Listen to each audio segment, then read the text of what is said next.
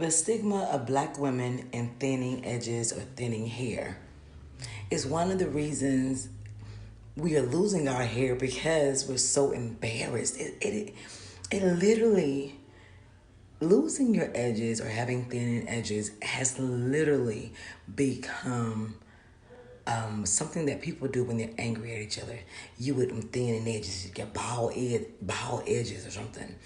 Listen, don't be afraid to do what's necessary to regrow your hair. Honestly, at my age and everything that because I was in my late 40s, let's just be clear. I'm not gonna hide anything. I was in my late 40s when I made a decision because there were things that I wanted to do, I wanted to experience. And here I am wearing weaves and wigs. At that point, my hair got so bad, all I could do was wear the lace front wigs because I had no edges. My hair was receding on the top.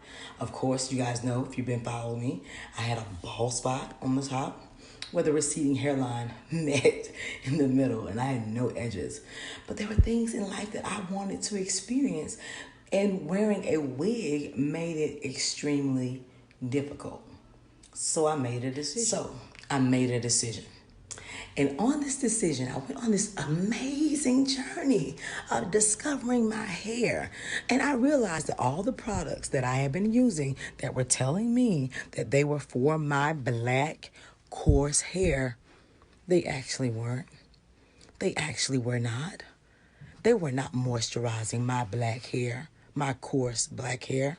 They were not feeding my black scalp all the nutrients that my black scalp needed to thrive. They weren't.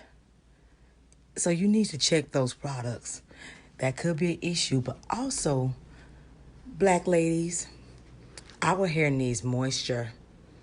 Black people, your hair and scalp needs moisture, and those follicles need to be fed. So on this journey of trying to discover how am I going to regrow my edges, how am I going to regrow my hair back, or can it happen? Can I do this?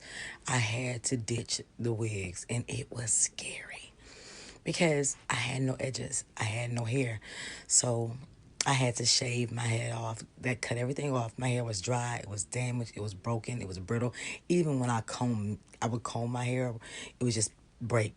Just hair would be all over the sink, all over the counter, all over the floors. It was just breaking severely. So I had to take everything off, and I would wear head wraps or hoods or hats as I would begin to use the products that I have formulated to regrow my hair. Even after doctors had told me no, even after dermatologists had told me, I had spent countless amount of dollars on trying to figure out what could help me grow my hair. And we all know those lace fronts. What I did was I stopped using products that were not formulated for my black hair and my black scalp.